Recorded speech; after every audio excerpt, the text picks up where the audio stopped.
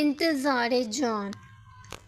آسمان پر کالے بادل کسی گہرے دکھ کی طرح چھائے ہوئے تھے اور ٹھنڈی ہوائیں پلوشا کے پھٹے ہوئے دوپٹے کو بار بار اس کے چہرے سے ہٹانے کی کوشش کر رہی تھیں۔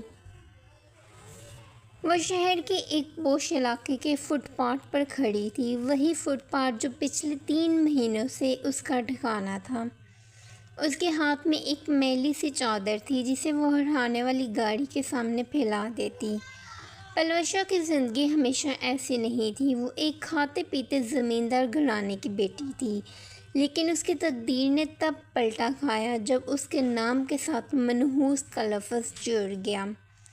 اس کی پہلی شادی جس سے ہوئی، وہ نکاح کے اگلے دن ہی ایک حادثے میں جان بحق ہو گیا۔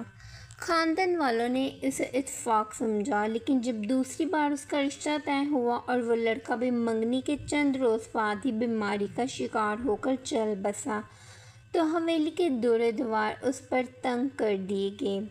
یہ لڑکی نہیں بلا ہے، جو اس کے سائے میں آئے گا مٹ جائے گا۔ اس کی چچی کے یہ الفاظ آج بھی پلوشا کے کانوں میں ہتھوڑے کی طرح بجتے تھے۔ اس کے اپنے سگے باپ نے اسے ذلیل و رسوا کر کے حویلی سے نکال دیا تھا تاکہ خاندان کے باقی خوشحالی بچی رہے۔ آج بھی وہ بھوک سے نڈھال فٹ پاتھ پر کھڑی اپنی قسمت کا رونا رو رہی تھی کہ اچانک ایک چمکتی ہوئی کالی مرسڈیز اس کے قریب آ کر رکی۔ گاڑی کا شیشہ دھیرے سے نیچے ہوا اور پلوشا کی سنہری آنکھیں گاڑی کے اندر بیٹھے شخص کی گہری بوڑھی آنکھوں سے ٹکرائیں۔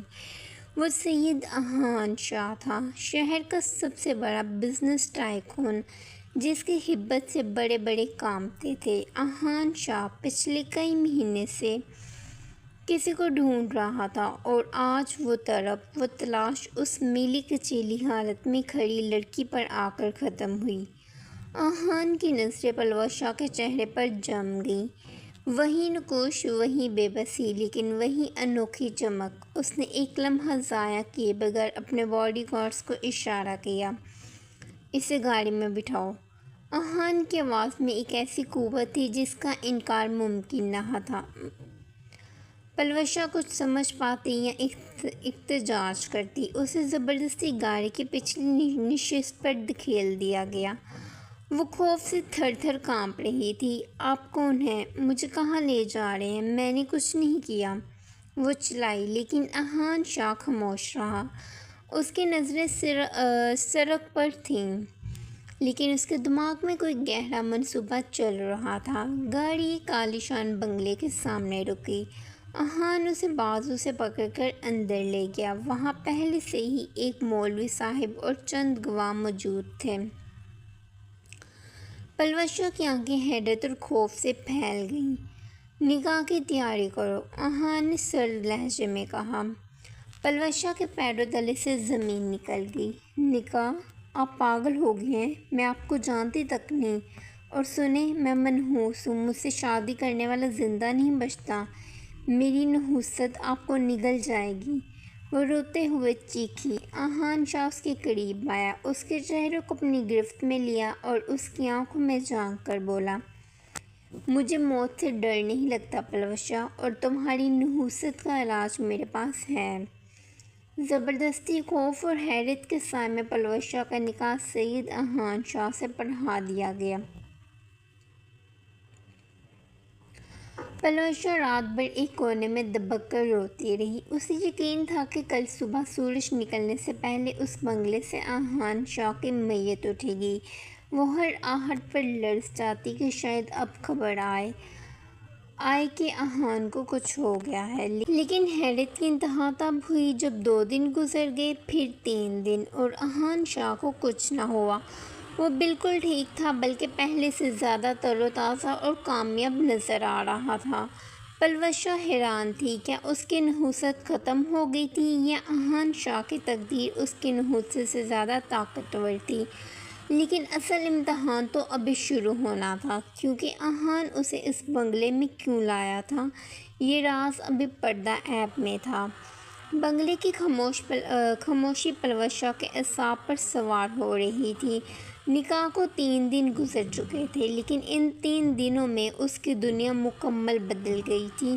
اسے پھٹے پرانے کپڑوں کی جگہ ریشمی جوڑے میسر تھے اور فٹ پاتھ کے دھول کی جگہ ایئر کنڈیشنر کمرے کی ٹھنڈک، مگر اس کا دل اب بھی کسی نامعلوم خوف سے لرز رہا تھا۔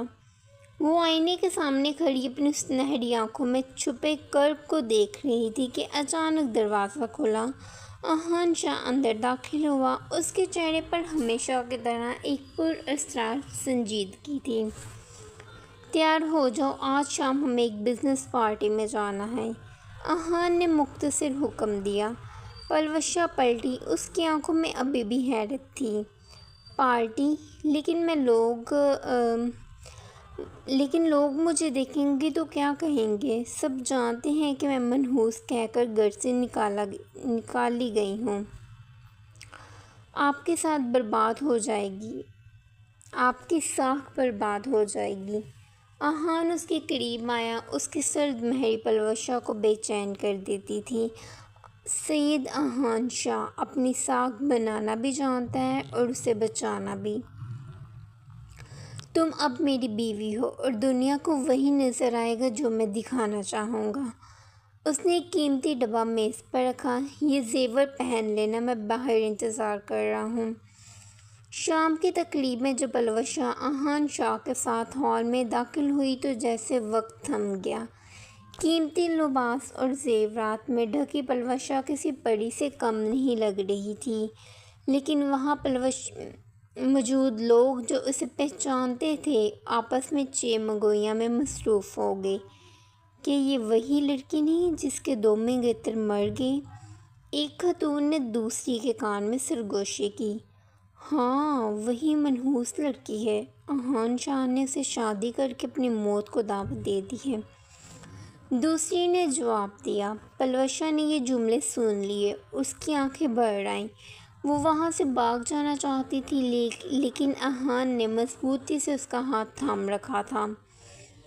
اس نے پلوشہ کی طرف جھک کر دھیمے لہجے میں کہا، سر اٹھا کر چلو، تمہارا ماضی تمہاری پہچان نہیں ہے، تمہارا حال میں ہوں۔ اسی دوران احان کا ایک پرانا کاروباری حریف زریاب ان کے پاس آیا۔ اس کے چہرے پر ایک زہریلی مسکراہٹ تھی۔ واہ شاہ صاحب، سنا تھا آپ بڑے نڈر ہیں، لیکن اتنی بڑی بلا کو گھر لے آئیں گے یہ نہیں سوچا تھا۔ ڈر نہیں لگتا کہ آپ کی کمپنی کا گراف نیچے گر جائے گا یا شاید آپ کی زندگی کا؟ ہال میں سناٹا چھا گیا۔ سب احان کے جواب کا انتظار کر رہے تھے۔ احان نے مسکرا کر اپنی گھڑی دیکھی۔ زریاب، پچھلے 3 دنوں میں میرے حصے کی قسط قیمت 20% بڑھی ہے اور میری صحت پہلے سے بہتر ہے۔ شاید نحوست پلوشہ میں نہیں، ان لوگوں کی سوچ میں ہے جو قدرت کے فیصلوں کو انسانی نام دیتے ہیں۔ احان کا یہ جواب زریاب کے منہ پر تماچا تھا۔ پلوشہ نے پہلی بار محسوس کیا کہ کوئی اس کے دفاع میں کھڑا ہے۔ رات کو واپسی پر گاڑی میں پلوشہ نے ہمت جمع کر کے پوچھا، آپ نے ایسا کیوں کیا؟ آپ مجھے جانتے نہیں تھے، پھر بھی مجھ سے شادی کیوں کی؟ صرف مجھے بچانے کے لیے؟ احان نے گاڑی ایک سنسان جگہ پر روکی اور پلوشہ کی طرف دیکھا۔ اس کی آنکھوں میں ایک ایسی گہرائی تھی جسے پلوشہ پڑھنے سے قاصر تھی۔ تمہیں لگتا ہے یہ محض ایک اتفاق ہے؟ احان کی آواز میں ایک عجیب سی لرزش تھی۔ پلوشہ، میں تمہیں اس دن سے جانتا ہوں جب تم اس حویلی کی لاڈلی بیٹی ہوا کرتی تھی اور میں وہاں کے اسٹیبل میں کام کرنے والے ایک غریب ملازم کا بیٹا تھا۔ پلوشہ کے ہوش اڑ گئے۔ اسے دھندلا سا یاد آیا، ایک لڑکا جو ہمیشہ دور کھڑا اسے دیکھتا رہتا تھا۔ تمہارے باپ نے میرے باپ کو چوری کے جھوٹے الزام میں ذلیل کر کے نکالا تھا۔ احان کا لہجہ تلخ ہو گیا۔ میں نے اس دن قسم کھائی تھی کہ میں اتنا بڑا آدمی بنوں گا کہ تمہارے باپ کی سب سے قیمتی چیز میرے قدموں میں ہوگی۔ پلوشہ کی سانس رکنے لگی۔ تو آپ نے یہ سب انتقام کے لیے کیا؟ احان نے ایک طنزیہ مسکراہٹ کے ساتھ جواب دیا، انتقام شاید، لیکن تقدیر کا کھیل دیکھو۔ جس لڑکی کو اس کے باپ نے کچرا سمجھ کر پھینک دیا، اسے سمیٹنا میری مجبوری بن گیا۔ میں تمہیں تباہ کرنے آیا تھا پلوشا، لیکن تمہیں اس حال میں دیکھ کر میرا ارادہ بدل گیا۔ اب میں تمہیں دنیا کی سب سے کامیاب عورت بناؤں گا تاکہ تمہارے باپ کو اپنی غلطی کا احساس ہو، اور پھر میں تمہیں چھوڑ دوں گا۔ پلوشا کی آنکھوں سے آنسو بہہ نکلے۔ وہ ایک قید سے نکل کر دوسری قید میں آ گئی تھی، جہاں محبت کا نام و نشان نہ تھا، صرف حساب کتاب تھا۔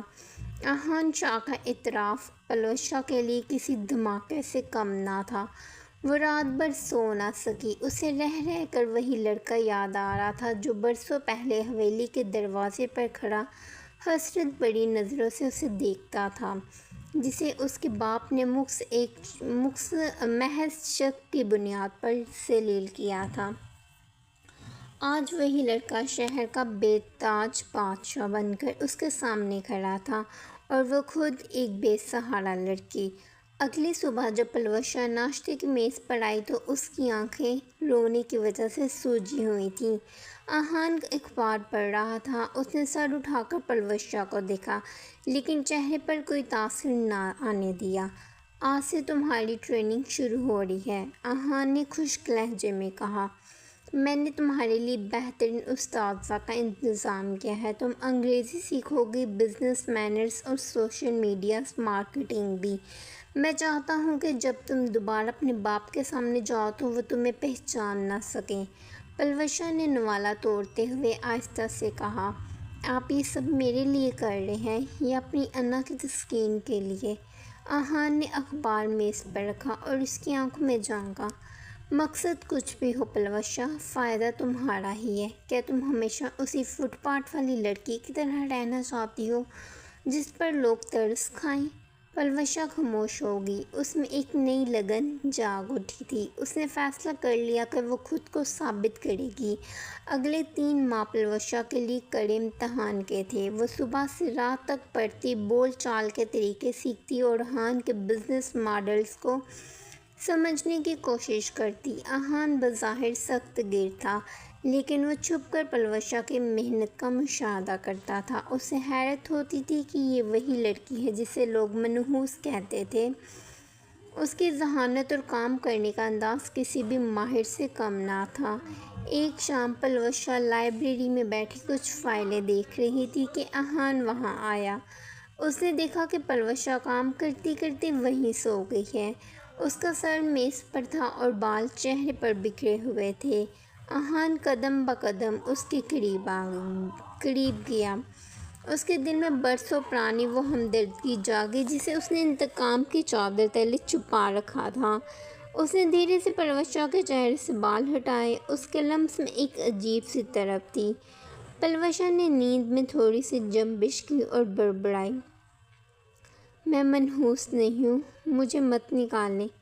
احان کا ہاتھ وہیں رک گیا۔ اسے پہلی بار احساس ہوا کہ اس نے اور اس کے خاندان نے اس معصوم لڑکی کے ساتھ کیا کیا تھا۔ اس نے پلوشا کو وہیں چھوڑا اور تیزی سے باہر نکل گیا، جیسے وہ اپنے ہی جذبات سے بھاگ رہا ہو۔ اگلے دن احان نے پلوشا کو اپنے آفس بلایا۔ آج تمہارا پہلا پروجیکٹ ہے۔ ہماری کمپنی ایک نیا سوشل میڈیا برانڈ لانچ کر رہی ہے۔ میں چاہتا ہوں کہ اس کی پوری حکمت عملی تم بناؤ۔ اگر یہ کامیاب رہا تو تم باقاعدہ ڈائریکٹر بن جاؤ گی۔ پلوشا کی آنکھوں میں چمک آ گئی، اور اگر میں ناکام ہو گئی؟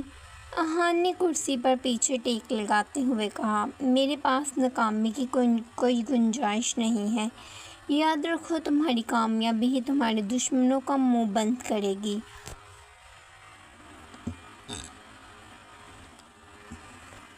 پلوشا نے دن رات ایک کر دیے۔ اس نے ایک ایسا آئیڈیا پیش کیا جو وائرل ہونے کی پوری صلاحیت رکھتا تھا۔ اس نے کہانی اور جذباتی وابستگی کے ذریعے برانڈ کو عوام میں متعارف کروانے کا پلان بنایا۔ لانچنگ کا دن قریب تھا، لیکن اسی دوران ایک ناخوشگوار واقعہ پیش آیا۔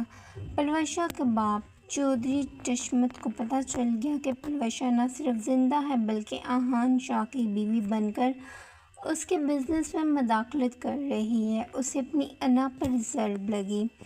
اس نے فیصلہ کیا کہ وہ پلوش شاہ کی نحوست کی کہانی کو دوبارہ ہوا دے گا تاکہ آہان شاہ کو برباد کر سکے۔ لانچنگ سے ایک رات پہلے شہر کے تمام اخبارات اور سوشل میڈیاز پر ایک خبر گردش کرنے لگی: آہان شاہ کی تباہی کا آغاز۔ کیا ایک منحوس عورت اس کی سلطنت ڈبو دے گی؟ پلوش شاہ یہ خبر دے کر ٹوٹ گئی۔ وہ رونے لگی۔ میں نے کہا تھا نا آہان، میری نحوست آپ کو بھی نہیں چھوڑے گی۔ دیکھیں سب کیا کہہ رہے ہیں۔ آہان اس کے سامنے آ کر کھڑا ہو گیا۔ اس کی آنکھوں میں غصہ نہیں بلکہ ایک پکا ارادہ تھا۔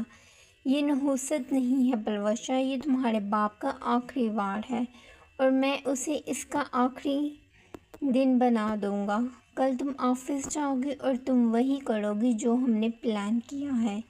لانچنگ کی صبح شہر کا ماحول تناؤ سے بھرا ہوا تھا۔ سوشل میڈیا پر پلوش شاہ کے خلاف چلنے والی مہم زوروں پر تھی۔ لوگ طرح طرح کی باتیں کر رہے تھے اور منحوس دلہن کا ہیش ٹیگ ٹرینڈز کر رہا تھا۔ پلوش شاہ اپنے کمرے میں بند تھی۔ اس کی ہمت جواب دے رہی تھی۔ اسے لگ رہا تھا کہ وہ دوبارہ اسی فٹ پاتھ پر پہنچ جائے گی جہاں سے اسے اٹھایا گیا تھا۔ دروازے پر دستک ہوئی اور آہان شاہ اندر داخل ہوا۔ اس کے ہاتھ میں ایک خوبصورت سفید سوٹ تھا۔ یہ پہنو اور 10 منٹ میں تیار ہو کر نیچے آؤ، اس نے مختصر کہا۔ پلوش شاہ نے بھیگی آنکھوں سے اسے دیکھا۔ آہان، میں نہیں جا سکتی۔ باہر لوگ میرا مذاق اڑانے کے لیے بیٹھے ہیں۔ آپ کی کمپنی کا نام خراب ہو جائے گا۔ آہان اس کے قریب آیا اور اس کے کندھوں کو پکڑ کر اسے آئینے کے سامنے کھڑا کیا۔ آئینے میں دیکھو پلوش شاہ، تمہیں کیا نظر آ رہا ہے؟ ایک منحوس لڑکی ہے، ایک ایسی عورت جس نے 3 مہینوں میں وہ سب سیکھ لیا جو لوگ سالوں میں نہیں سیکھ پاتے۔ لوگ صرف وہی بولتے ہیں جو انہیں دکھایا جاتا ہے۔ آج تم انہیں وہ دکھاؤ گے جو تم اصل میں ہو۔ پلوش شاہ نے گہرا سانس لیا۔ آہان کا یقین اس کی سب سے بڑی طاقت بن رہا تھا۔ اس نے خود کو سنبھالا، تیار ہوئی اور آہان کے ساتھ آفس روانہ ہوئی۔ آفس کے باہر میڈیا کا ہجوم تھا۔ جیسے ہی وہ گاڑی سے اتری، کیمروں کے فلیش لائٹس نے اسے گھیر لیا۔ سوالات کی بوچھار ہو گئی۔ پلوش شاہ بی بی، کیا یہ سچ ہے کہ آپ کی وجہ سے آپ کے سابقہ منگیتر ہلاک ہوئے؟ آہان شاہ، کیا آپ کو اپنے بزنس کے ڈوبنے کا ڈر نہیں ہے؟ آہان نے پلوش شاہ کا ہاتھ تھاما اور اسے پروٹیکشن دیتے ہوئے اندر لے گیا۔ ہال میں کمپنی کی نئے پروڈکٹ کی لانچنگ تقریب شروع ہوئی۔ پلوش شاہ کو اسٹیج پر آ کر پریزنٹیشن دینی تھی۔ جب وہ مائیک کے سامنے کھڑی ہوئی تو ہال میں موجود حاسدین کے چہروں پر طنزیہ مسکراہٹیں تھیں۔ پلوش شاہ نے تقریر شروع کی، لیکن اس کی آواز میں لرزش تھی۔ لوگ کہتے ہیں کہ میں منحوس ہوں۔ اس نے جملہ ادھورا چھوڑا اور پھر مجمع کی طرف دیکھ کر مسکرائی۔ لیکن آج میں آپ کو ایک ایسی کہانی سناؤں گی جہاں نحوست کو امید میں بدل دیا گیا۔ اس نے اپنی ڈیجیٹل مارکیٹنگ کی ایسی شاندار پریزنٹیشن دی کہ ہال میں موجود ماہرین تعلیم اور بزنس مین دنگ رہ گئے۔ اس نے ثابت کیا کہ برانڈ کی کامیابی اس کی کوالٹی اور عوام کے بھروسے میں ہے، نہ کہ توہم پرستی میں۔ اس کی بریفنگ اتنی کمال کی تھی کہ پروگرام کے اختتام پر وہی میڈیا جو اس پر تنقید کر رہا تھا اب اس کے لیے تالیاں بجا رہا تھا۔ پروگرام کے بعد آہان کے پاس اس کا ایک بزنس پارٹنر آیا۔ شاہ صاحب، آپ کی بیگم تو کمال ہے۔ ہماری کمپنی کے شیئرز کی قیمت تو آج آسمان چھو رہی ہے۔ آہان نے دور کھڑی پلوش شاہ کو دیکھا جو پراعتماد طریقے سے لوگوں سے بات کر رہی تھی۔ اس کے دل میں ایک عجیب سا سکون تھا، لیکن یہ سکون زیادہ دیر قائم نہ رہا۔ تقریب کے اختتام پر پلوش شاہ کے والد چودھری حشمت خود وہاں پہنچ گئے۔ ان کے چہرے پر غصہ اور نفرت واضح تھی۔ پلوشا، انہوں نے دھاڑ کر کہا، تم نے ہماری خاندانی غیرت کو مٹی میں ملا دیا۔ ایک ملازم کے بیٹے کے ساتھ مل کر تم ہمیں چیلنج کر رہی ہو۔ پلوشا کے قدم ڈگمگائے، لیکن اس بار آہان اس کے سامنے ڈھال بن کر کھڑا ہو گیا۔ چودھری صاحب، آپ کی غیرت تب کہاں تھی جب آپ نے اپنی بیٹی کو فٹ پاتھ پر مرنے کے لیے چھوڑ دیا تھا؟ ابھی پلوشا حشمت نہیں بلکہ پلوشا آہان شاہ ہے، اور میری بیوی کی طرف اٹھنے والی ہر انگلی کو میں توڑنا جانتا ہوں۔ چودھری حشمت نے غصے سے آہان کو دیکھا۔ تم اسے بچا نہیں پاؤ گے آہان شاہ، اس کی نحوست تمہارا سب کچھ چھین لے گی۔ یاد رکھنا، جس دن تمہارا زوال شروع ہوگا یہ لڑکی ہی وجہ بنے گی۔ وہ غصے میں وہاں سے چلے گئے، لیکن ان کے الفاظ پلوشا کے دل میں ایک کانٹے کی طرح چبھ کے۔ اسے لگا کہ شاید وہ سچ کہہ رہے ہیں۔ کیا واقعی اس کی خوشیاں عارضی تھیں؟ رات کو گھر واپسی پر آہان اور پلوشا کے درمیان ایک عجیب سی خاموشی تھی۔ پلوشا نے ہمت کر کے پوچھا، آہان، کیا آپ کو واقعی کبھی ڈر نہیں لگتا میری وجہ سے؟ آہان نے گاڑی روکی اور اس کی طرف مڑا۔ اس نے پہلی بار پلوشا کا ہاتھ اپنی مرضی سے تھاما تھا۔ پلوشا، میں نے زندگی میں بہت سی جنگیں لڑی ہیں، لیکن تمہارے باپ کے خلاف یہ جنگ میری سب سے پسندیدہ ہے، کیونکہ اس میں جیت صرف میری نہیں تمہاری بھی ہے۔ اور رہی بات ڈر کی، تو مجھے صرف ایک ہی بات سے ڈر لگتا ہے کہ کہیں تم خود کو دوبارہ اسی نظر سے نہ دیکھنے لگو جیسے دنیا تمہیں دیکھتی ہے۔ ان دونوں کی نظریں ملی اور اس لمحے پلوشا کو احساس ہوا کہ انتقام کی اس کہانی میں کہیں نہ کہیں محبت اپنی جگہ بنانی شروع کر دی تھی۔ لیکن ابھی بہت سے راز کھلنا باقی تھے، اور چودھری حشمت کا اگلا وار پہلے سے زیادہ خطرناک ہونے والا تھا۔ چودھری حشمت کی دھمکی نے پلوشا کے دل میں وسوسوں کا ایک نیا جال بن دیا تھا۔ اگرچہ آہان نے اسے حوصلہ دیا تھا، لیکن وہ جانتی تھی کہ اس کا باپ ایک ضدی انسان ہے جو اپنی ہار کبھی تسلیم نہیں کرے گا۔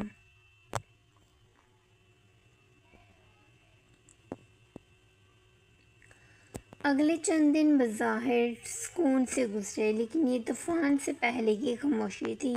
پلوشا اب کمپنی کے معاملات میں پوری طرح دخیل ہو چکی تھی۔ اس کی محنت کی بدولت آہان کے نئے پروجیکٹ کو سوشل میڈیا پر غیر معمولی پذیرائی مل رہی تھی اور ویوز لاکھوں میں جا رہے تھے، لیکن اسی دوران پلوشا کو محسوس ہوا کہ آہان کچھ بدلا سا ہے۔ وہ اکثر دیر سے گھر آتا اور کسی گہری سوچ میں گم رہتا۔ ایک رات جب آہان اپنے اسٹڈی روم میں کام کر رہا تھا، پلوشا کافی لے کر وہاں پہنچی۔ اس نے دیکھا کہ آہان کے سامنے میز پر کچھ پرانی تصاویر اور قانونی دستاویز بکھری ہوئی تھیں۔ آپ پریشان لگ رہے ہیں آہان، کیا سب ٹھیک ہے؟ پلوشا نے نرمی سے پوچھا۔ آہان نے چونک کر اسے دیکھا اور جلدی سے فائل بند کر دی۔ کچھ نہیں پلوشا، بس بزنس کی کچھ پوشیدگیاں ہیں، تم آرام کرو۔ پلوشا وہاں سے تو چلی گئی، لیکن اس کا دل نہیں مانا۔ اسے شک ہوا کہیں آہان اسے کچھ بتانا نہیں چاہ رہا۔ اگلے دن جب آہان آفس کے لیے نکلا تو پلوشا نے اس کے دراز سے وہ فائل نکال لی۔ فائل کھولتے ہی اس کے پیروں سے تلے زمین نکل گئی۔ وہ تصاویر آہان کے بچپن کی تھی، جن میں وہ اپنے باپ کے ساتھ حویلی کے سامنے کھڑا تھا، لیکن ان کاغذات میں ایک وصیت نامہ بھی تھا جو پلوشا کے دادا کا تھا۔ وصیت کے مطابق حویلی اور جائیداد کا ایک بڑا حصہ آہان کے والد کے نام کیا گیا تھا، کیونکہ انہوں نے کسی مشکل وقت میں خاندان کی بہت بڑی مدد کی تھی۔ لیکن چودھری حشمت نے وہ وصیت چھپا دی تھی اور آہان کے باپ پر چوری کا الزام لگا کر اسے نکال دیا تھا تاکہ جائیداد پر قبضہ کر سکے۔ تو یہ سب صرف انتقام نہیں تھا؟ پلوشا بڑبڑائی۔ یہ اپنا حق واپس لینے کی جنگ تھی؟ ابھی وہ یہ سب سوچ ہی رہی تھی کہ اسے فون پر ایک نوٹیفیکیشن موصول ہوا۔ سوشل میڈیا پر ایک نئی ویڈیو وائرل ہو رہی تھی جس میں چودھری حشمت ایک انٹرویو دے رہے تھے۔ انٹرویو میں انہوں نے روتے ہوئے دعویٰ کیا تھا کہ اذہان شاہ نے ان کی بیٹی کو اغوا کر کے زبردستی نکاح کی ہے اور اب وہ ان کی جائیداد ہڑپ کرنے کے لیے پلوش شاہ کو استعمال کر رہا ہے۔ پورا ملک اس خبر میں ابل پڑا تھا۔ لوگ جو کل تک پلوش شاہ کی تعریف کر رہے تھے اب اسے اذہان اور اس کو اور ریحان کو گالیاں دینے لگے۔ پولیس کی ایک ٹیم اذہان کے آفس پہنچ گئی اور اسے پوچھ گچھ کے لیے حراست میں لے لیا گیا۔ پلوش شاہ کو جب یہ خبر ملی تو وہ ساکت رہ گئی۔ اسے احساس ہوا کہ اس کے باپ نے اسے مہرا بنا کر اذہان کو برباد کرنے کا آخری کارڈ کھیل دیا ہے۔ وہ جانتی تھی کہ اگر وہ خاموش رہی تو اذہان کی سالوں کی محنت اور اس کی عزت خاک پہ مل جائے گی۔ وہ فوری طور پر تھانے پہنچی۔ وہاں میڈیا کا ہجوم تھا۔ جیسے ہی وہ گاڑی سے اتری رپورٹرز نے اسے گھیر لیا۔ پلوش شاہ بی بی، کیا یہ سچ ہے کہ اذہان شاہ نے آپ کو اغوا کیا تھا؟ کیا آپ زبردستی اس نکاح میں قید ہیں؟ پلوش شاہ نے ایک گہرا سانس لیا اور کیمرے کی طرف دیکھتے ہوئے بلند آواز میں کہا، سچ وہ نہیں جو آپ کو دکھایا جا رہا ہے، سچ وہ ہے جو میں آج پوری دنیا کو دکھاؤں گی۔ اس نے اپنے موبائل سے وہ تصاویر اور وصیت نامے کی کاپیاں نکالی جو اس نے اذہان کے دراز سے لی تھیں۔ میرے والد نے نہ صرف اپنی بیٹی کو فٹ پاتھ پر پھینکا بلکہ انہوں نے ایک غریب خاندان کا حق بھی مارا۔ اذہان شاہ نے مجھے اغوا نہیں کیا بلکہ اس نے مجھے وہ زندگی دی جس کی میں حقدار تھی۔ یہ نکاح زبردستی نہیں میری مرضی سے ہوا ہے۔ پلوش شاہ کا یہ بیان آگ کی طرح پھیل گیا۔ لوگ دنگ رہ گئے۔ چودھری حشمت کا جھوٹ بے نقاب ہو چکا تھا۔ اذہان کو رہا کر دیا گیا لیکن جب وہ تھانے سے باہر آئے تو اس کی نظریں پلوش شاہ پر جمی تھیں۔ وہ حیران تھا کہ جس لڑکی کو وہ کمزور سمجھتا تھا اس نے آج اسے بچانے کے لیے اپنے ہی باپ کے خلاف اتنی بڑی گواہی دے دی تھی۔ گھر واپسی پر اذہان نے پلوش شاہ کو روکا۔ تم نے یہ سب کیوں کیا پلوش شاہ؟ تم جانتی ہو کہ اس کے بعد تم کبھی اپنے گھر واپس نہیں جا سکو گی۔ پلوش شاہ نے مسکرا کر اس کی طرف دیکھا۔ اس کی آنکھوں میں اب کوئی خوف نہیں تھا۔ میرا گھر وہاں ہے جہاں میری عزت ہے ریحان، اور رہی بات نحوست کی تو شاید میری نحوست اب ختم ہو گئی ہے کیونکہ میں نے سچ کا ساتھ دینا سیکھ لیا ہے۔ اذہان نے پہلی بار پلوش شاہ کے ہاتھ کو مضبوطی سے تھاما۔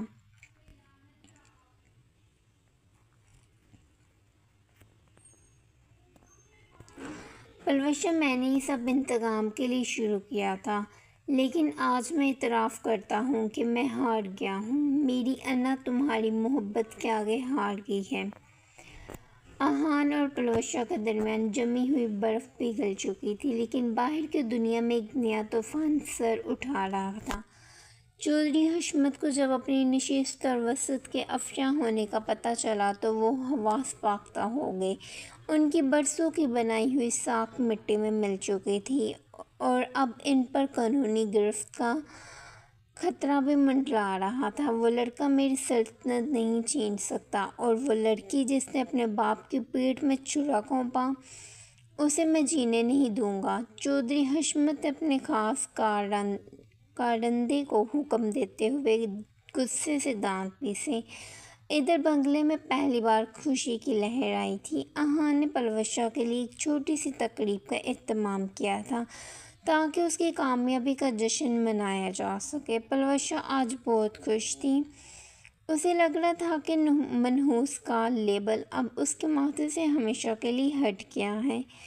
تم پر یہ نیلا رنگ بہت جچتا ہے، اذہان نے اس کے قریب آ کر دھیرے سے کہا۔ اس کی آواز میں وہ سختی اب نہیں رہی تھی جو پہلے دن کی تھی۔ پلوش شاہ مسکرائی، آپ نے مجھے جینا سکھایا ہے اذہان، ورنہ میں تو اس فٹ پاتھ پر ہی دم توڑ دیتی۔ اذہان نے اس کا ہاتھ تھاما، میں نے تمہیں صرف راستہ دکھایا، منزل تم نے اپنی ہمت سے پائی ہے۔ پلوش شاہ، میں چاہتا ہوں اب ہم ماضی کو بھول کر ایک نئی زندگی شروعات کریں، کیا تم؟ اہان کی بات ادھوری رہ گئی جب اچانک بنگلے کی بجلی چلی گئی اور باہر سے فائرنگ کی آوازیں آنے لگیں۔ اہان نے فوراً پروشا کو کھینچ کر ایک ستون کے پیچھے کر دیا۔ اہان، یہ کیا ہو رہا ہے؟ پروشا خوف سے کانپنے لگی۔ تمہارے باپ کے لوگ آ گئے ہیں، اہان نے دانت پیستے ہوئے کہا۔ اس نے اپنے گارڈز کو پوزیشن لینے کا اشارہ کیا۔ پروشا، تم اوپر کمرے میں جاؤ اور اندر سے لاک کر لو، جب تک میں نہ کہوں باہر نہیں آنا۔ پروشا اوپر بھاگی لیکن اس کا دل بہت بری طرح سے دھڑک رہا تھا۔ وہ کھڑکی سے باہر دیکھ سکتی تھی کہ درجنوں مسلح افراد نے بنگلے کا گھیراؤ کر لیا تھا۔ فائرنگ کا تبادلہ شدت اختیار کر چکا تھا۔ اہان خود سامنے کھڑا ہو کر مقابلہ کر رہا تھا۔ اسی دوران ایک کالی گاڑی بنگلے کے پورچ میں آ کر رکی۔ اس میں سے زریاب نکلا، اہان کا وہی کاروباری حریف جو چودھری عصمت کے ساتھ مل چکا تھا۔ اس کے ہاتھ میں ایک پستول تھا۔ اہان شاہ، آج تمہاری قسمت کا ستارہ ڈوبنے والا ہے، زریاب نے اونچی آواز میں کہہ کر گایا۔ اہان نے پوزیشن بدلنے کی کوشش کی لیکن ایک گولی اس کے بازو کو چھوتی ہوئی نکل گئی۔ وہ کڑا کر زمین میں گرا۔ پروشا نے اوپر سے یہ منظر دیکھا تھا، اس کی چیخ نکل گئی۔ اس نے سارا خوف پس ڈالا اور نیچے کی طرف بھاگی۔ نہیں، اہان کو چھوڑ دو، وہ حال میں پہنچ کر چلائی۔ زریاب نے پستول پروشا کی طرف تان لی۔ آ گئی منحوس شہزادی، تمہارے باپ نے کہا ہے کہ اگر تم زندہ نہ رہو تو یہ ساری جائیداد ویسے ہی میری ہو جائے گی۔ اہان نے زخمی حالت میں بھی اٹھنے کی کوشش کی۔ پروشا، یہاں سے جاؤ، لیکن پروشا پیچھے نہ ہٹی۔ اس کی آنکھوں میں اب خوف نہیں بلکہ ایک عجیب سی دیوانگی تھی۔ لوگ کہتے تھے کہ میرے قریب آنے والا مر جاتا ہے، تو آؤ زریاب، مجھے چھو کر دیکھو، دیکھتے ہیں تمہاری موت پہلے آتی ہے یا میری نحوست تمہیں کھاتی ہے۔ پروشا کی اس ہمت نے زریاب کو ایک لمحے کے لیے چونکا دیا۔ اسی ایک لمحے کا فائدہ اٹھاتے اہان نے پاس پڑا ایک بھاری گلدان اس کے سر پر دے مارا اور اسے دبوچ لیا۔ پولیس کے سائرن کی آوازیں دور سے سنائی دینے لگیں، جس کا مطلب تھا کہ کمک پہنچ چکی ہے۔ زریاب اور اس کے ساتھیوں کو گرفتار کر لیا گیا۔ جب پولیس چودھری عصمت کے گھر پہنچی تو وہ وہاں سے فرار ہو چکے تھے، لیکن ان کی بربادی کی داستان اب ہر زبان پر تھی۔ رات کے پچھلے پہر جب سب پرسکون ہوا، پروشا اہان کے زخم پر پٹی باندھ رہی تھی۔ تم نے اپنی جان خطرے میں کیوں ڈالی؟ اہان نے اس کی آنکھوں میں دیکھتے ہوئے پوچھا۔ پروشا نے پٹی باندھ کر اس کے ہاتھ پر سر رکھ دیا۔ کیونکہ آپ میری زندگی ہیں اہان، اور اگر آپ کو کچھ ہو جاتا تو یہ دنیا واقعی میرے لیے منحوس ہو جاتی۔ اہان نے اسے اپنے حصار میں لے لیا، لیکن اب ایک آخری معرکہ باقی تھا۔ چودھری عصمت کہاں چھپے تھے، اور کیا پروشا اپنے باپ کو معاف کر پائے گی؟ حملے کے بعد بنگلے کی فضا بدل چکی تھی۔ اہان کا زخم بڑھ رہا تھا، لیکن پروشا کے دل پر لگے زخم ابھی تازہ تھے۔ وہ اکثر کھڑکی کے پاس بیٹھ کر آسمان کو دیکھتی اور سوچتی کہ جس باپ نے اسے بچپن میں انگلی پکڑ کر چلنا سکھایا، وہ اسے مارنے کے لیے اس حد تک کیسے گر سکتا ہے۔ اہان اس کی کیفیت کو سمجھتا تھا۔ ایک صبح وہ اس کے پاس آیا اور ایک لفافہ اس کی طرف بڑھایا۔ یہ کیا ہے؟ پروشا نے حیرت سے پوچھا۔ تمہارے باپ کا پتہ؟ اہان نے سنجیدگی سے کہا۔ وہ شہر سے دور ایک پرانے فارم ہاؤس میں چھپے ہوئے ہیں۔ پولیس ان کا پیچھا کر رہی ہے، لیکن میں چاہتا ہوں کہ ان کا سامنا کرنے سے پہلے تم فیصلہ کرو کہ تم کیا چاہتی ہو۔ پروشا کا ہاتھ کانپنے لگا۔ میں ان سے ملنا چاہتی ہوں۔ میں ان سے پوچھنا چاہتی ہوں کہ میرا قصور کیا تھا۔ اہان نے اسے اکیلا نہیں چھوڑا۔ وہ خود اسے لے کر اس فارم ہاؤس کی طرف روانہ ہوا۔ راستہ طویل اور خاموش تھا، جیسے دونوں کسی بڑے طوفان کے منتظر ہوں۔ جب وہ وہاں پہنچے تو دیکھا کہ فارم ہاؤس ویران تھا اور چودھری حشمت ایک ٹوٹے ہوئے بینچ پر بیٹھے آسمان کو دیکھ رہے تھے۔ ان کا جاؤ جلال ختم ہو چکا تھا، وہ ایک ہارے ہوئے جواری کی طرح لگ رہے تھے۔ جیسے ہی پلوشا کی آہٹ ہوئی انہوں نے مڑ کر دیکھا، ان کی آنکھوں میں شرمندگی کے بجائے اب بھی غصہ جھلک رہا تھا۔ تم یہاں بھی آ گئی میری بربادی کا تماشا دیکھنے، انہوں نے تلخ لہجے میں کہا۔ پلوشا کی آنکھوں سے آنسو جاری ہو گئے۔ بابا، میں بربادی کا تماشا نہیں دیکھنے نہیں آئی، اپنی بیٹی ہونے کا حق مانگنے آئی ہوں۔ آپ نے مجھے منحوس کہا، مجھے گھر سے نکالا، یہاں تک کہ مجھے مارنے کی کوشش کی۔ کیوں؟ صرف اس لیے کہ آپ کا جاؤ جلال برقرار رہے۔ چودھری حشمت خاموش رہے۔ پلوشا آگے بڑھی۔ دیکھیں بابا، جس احان شاہ کو آپ نے ذلیل کیا اسی نے مجھے عزت دی۔ جس لڑکی کو آپ نے کچرا سمجھا اس نے آج آپ کے جھوٹ کو بے نقاب کر کے آپ کی جان بچائی، ورنہ پولیس اب تک آپ کا انکاؤنٹر کر چکی ہوتی۔ احان خاموشی سے پیچھے کھڑا یہ سب دیکھ رہا تھا۔ اسے پہلی بار پلوشا کے کردار کی اصل بلندی کا اندازہ ہوا تھا۔ اسی لمحے پولیس کی گاڑیاں وہاں پہنچ گئیں۔ چودھری حشمت اپنے ہاتھ آگے کر دیے۔ مجھے لے جاؤ، میں نے جو بویا تھا وہی کاٹ رہا ہوں۔ جاتے جاتے انہوں نے ایک لمحے کے لیے پلوشا کی طرف دیکھا۔ ان کی آنکھوں میں ایک پل کے لیے پچھتاوا چمکا، لیکن زبان خاموش رہی۔ واپسی کے راستے میں پلوشا کا سر احان کے کندھے پر تھا، اس کا بوجھ ہلکا ہو چکا تھا۔ احان، کیا اب سب ختم ہو گیا؟ اس نے دھیمے سے پوچھا۔ احان نے اس کے ماتھے پر بوسہ دیا۔ نہیں پلوشا، اب تو زندگی کا آغاز ہوا ہے، وہ زندگی جہاں کوئی تمہیں منحوس نہیں کہے گا، جہاں تم صرف پلوشا ہو، میری پلوشا۔ گھر پہنچ کر احان نے ایک بڑا اعلان کیا۔ اس نے پلوشا کو اپنی کمپنی کا چیف آپریٹنگ آفیسر مقرر کر دیا۔ سوشل میڈیا پر اس خبر نے دھوم مچا دی۔ وہی لوگ جو کبھی اسے بدوا دے رہے تھے اب اس کی ہمت اور کامیابی کی مثالیں دے رہے تھے۔ پلوشا کی ویڈیوز اور انٹرویوز وائرل ہو گئی اور وہ ملک بھر کی خواتین کے لیے ایک رول ماڈل بن کر ابھری۔ لیکن ابھی ایک آخری خوشخبری باقی تھی جو اس کہانی کو مکمل کرنے والی تھی۔ وقت کے ساتھ ساتھ زخم بڑھتے گئے اور پلوشا کی زندگی میں خوشیوں کے رنگ گہرے ہوتے گئے۔ چودھری حشمت جیل میں اپنے کیے کی سزا کاٹ رہے تھے، لیکن پلوشا نے اپنی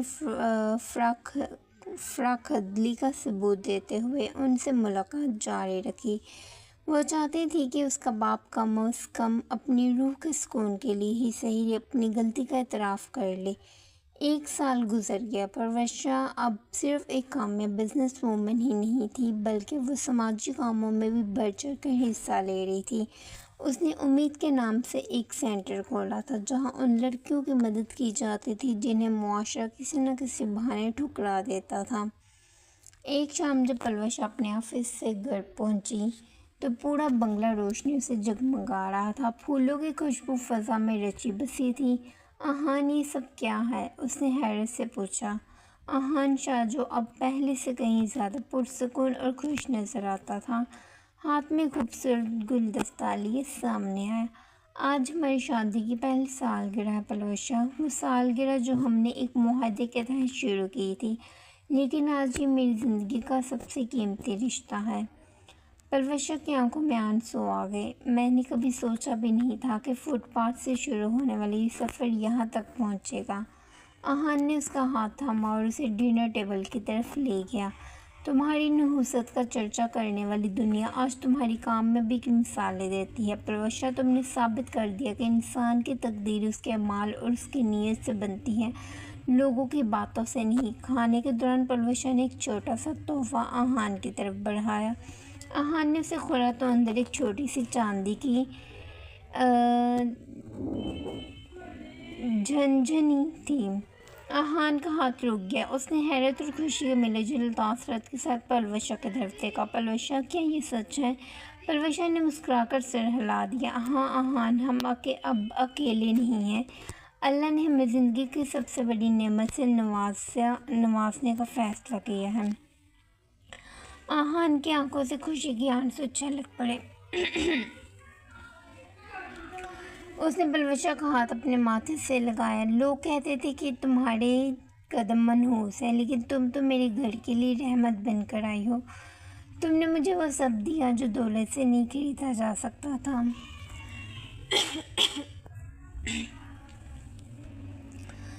کچھ مہینوں بعد بنگلے میں ایک ننھے فرشتے کی آمد ہوئی۔ آہان نے اپنے بیٹے کا نام سید ریان شاہ رکھا۔